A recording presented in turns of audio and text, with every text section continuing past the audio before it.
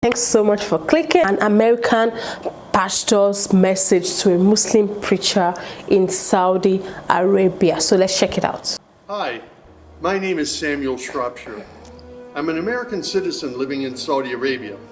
I came here in November 2011, not knowing anything about Islam or the Prophet Muhammad, peace be upon him. Most of what I had heard was extremely negative. In America, our news channels boosted their on-air ratings by regularly sensationalizing breaking news of terrorism. Every 30 minutes, one witnessed horrific scenes of bombings and bloodshed and murder, often one Muslim group fighting against another Muslim group.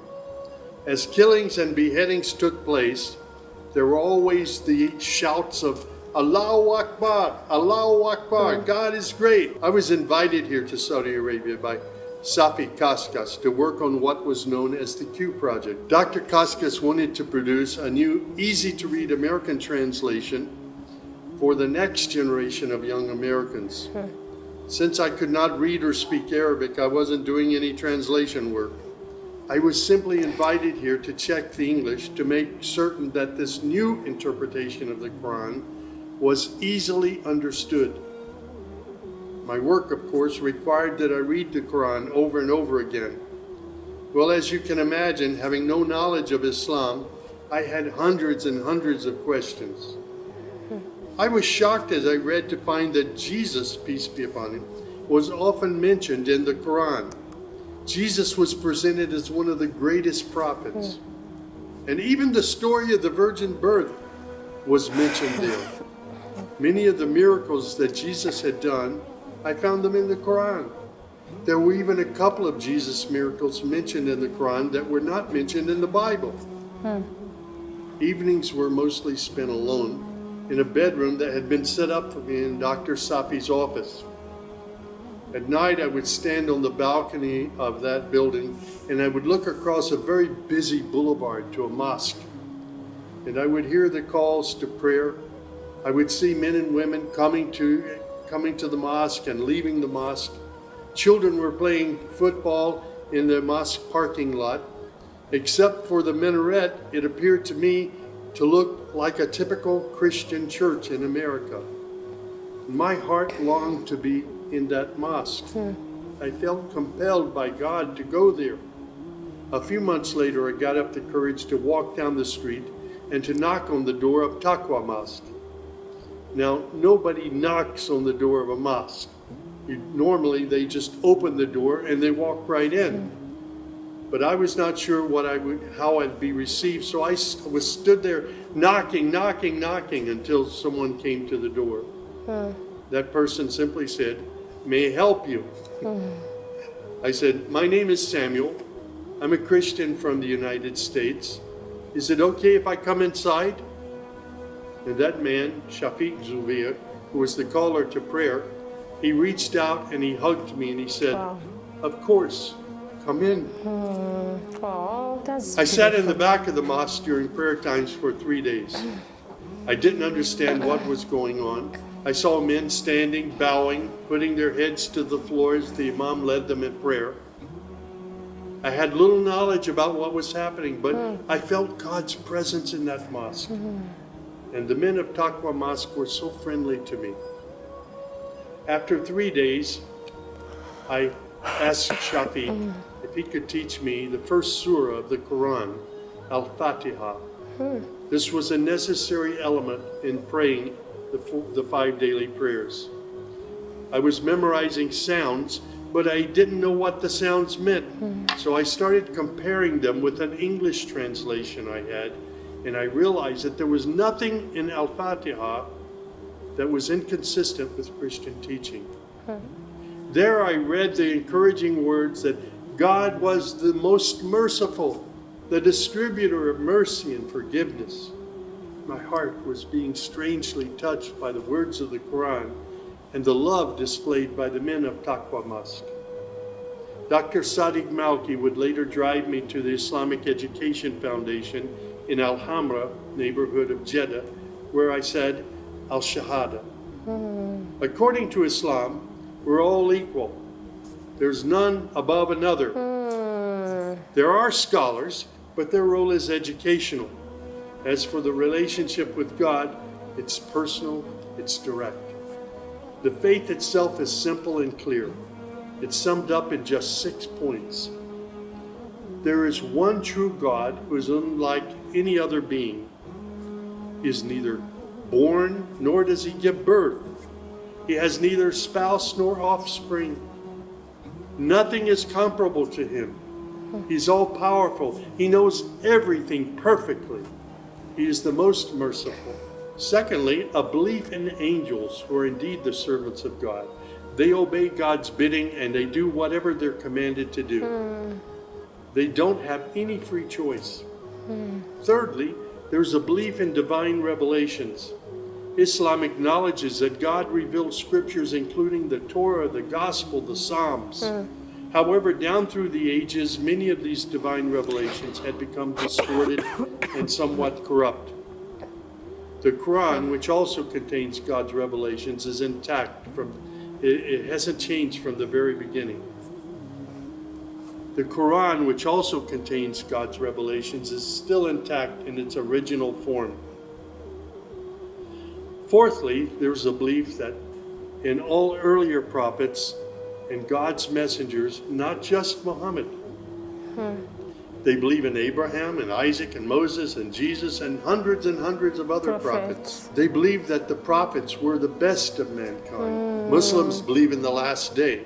That's to say, this includes the belief in all that God and his messenger have told us about what happens after death, including recording of good and bad deeds, the resurrection and the gathering of all creatures, the reckoning that will take place on the great judgment day, the prophet's intercession, as well as heaven and hell.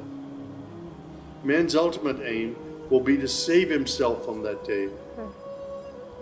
Muslims believe in the divine destiny of predestination. Whatever God wills is certain to take place, and what he has not willed will never take place.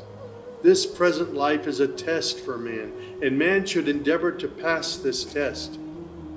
These tenets of faith appeared to me entirely consistent with human nature. And then I asked, how can one become a Muslim? My search showed me that one needs to fulfill 5 specific duties, which are called the pillars of Islam. These are: first, a declaration to believe and to say verbally, I witness that there is no other deity other than God, and that Muhammad, along with all the other prophets, is God's messenger. Prayer is an important part of a Muslim's life. Muslims seek to maintain the 5 daily prayers. These are spread out over the day and night. Thirdly, there's the zakat. 2.5% of one's property is an obligatory charity, provided that one owns more than a certain threshold and holds it for a year. Then there's fasting. Fasting is an important part of the Muslim's life. Muslims fast throughout the month of Ramadan. They do this every year, abstaining from all food, drink, and sex, from dawn till sunset. One must also refrain from futile arguments and quarrels and forbidden things. The month provides a unique spiritual uplift for all Muslims. Then there is the pilgrimage or Hajj. This is performed in Mecca and its surrounding areas. It's a duty to fulfill this pilgrimage once during one's lifetime, provided that one is physically and financially capable of doing so. People often ask me, Sam, how did you become a Muslim? In the church was a library, and in that library were children's books. One of the books my mother got over and over again was called The God of Abraham. In that book were beautiful color photos of camels and deserts. She would read me the story of Abraham, how he was commanded by God to leave his mother and father because they were worshiping idols. She would pause and she would say, Sammy, you always have to pray to the God of Abraham. There is only one true God, the God of Abraham. My commitment to God has been strong and enduring since my younger years. And now I have found absolute peace in Islam, in a faith that I once thought was hostile. I found friendship and hope amongst a fraternity of other Muslim brothers and sisters, I have found a family of believers. Wow, what an amazing experience and message. I really love it. I love how he started with the whole message, letting us know that okay, he's a Christian. He went to the mosque, and based on the fact that he's a Christian, the door was locked. So the normal thing was for him to knock. But in churches, we don't need to knock per se, because they hardly lock the door during services. But I think, in his mind, he doesn't want to just intrude just like that. And he was welcomed warmly. He was well welcomed. And oh my goodness, he said that alone made him feel so good and made him want to learn more about Islam. And that's how the whole thing started for him. The journey started, and he's giving us his experience, things we need to know about Muslim. The fact that Muslims believe that all the prophets are the same in the sight of God, and the fact that before you can become a Muslim, you have to go through these 5 pillars, of you taking your shahada, praying 5 times daily, and the sacrifice and all things. They did their festival recently. I think that's sacrifice versus festival or something.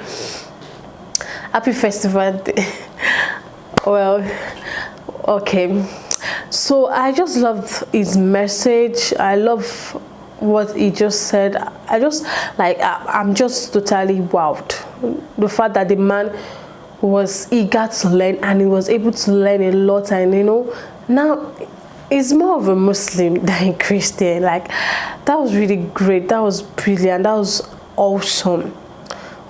But what really still surprised me is the fact that was he able to take that bold step? What warranted him to go to the mosque? It seems he has been doing yeah, I remember him saying it from the beginning that people have this mindset that Islam,